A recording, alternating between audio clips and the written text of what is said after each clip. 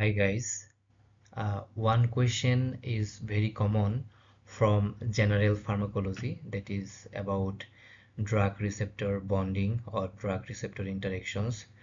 Uh, the drug receptor interaction is weak or strong. That depends on different bond like covalent bonding, ionic bond, hydrogen bond, or van der Waals or hydrophobic bond. Most of the cases, these interactions are non-covalent or reversible.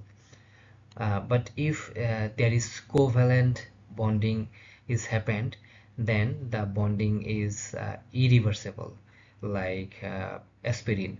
When it is happened, drug cannot be escaped from a receptor.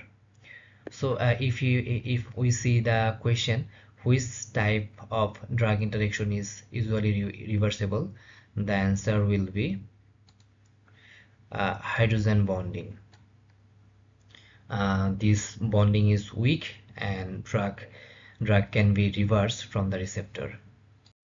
So these bondings are very common: covalent bonds, ionic bonds, hydrogen bonds, van der Waals forces, or hydrophobic interactions. So hydrogen bonds or van der Waals or hydrophobic interactions are very weak. Drug is easily reversible.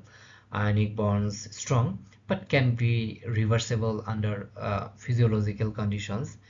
But covalent bonds are very strong and usually irreversible. Already I have said about aspirin that binds with cyclooxygenase enzyme and it is irreversible. So thank you.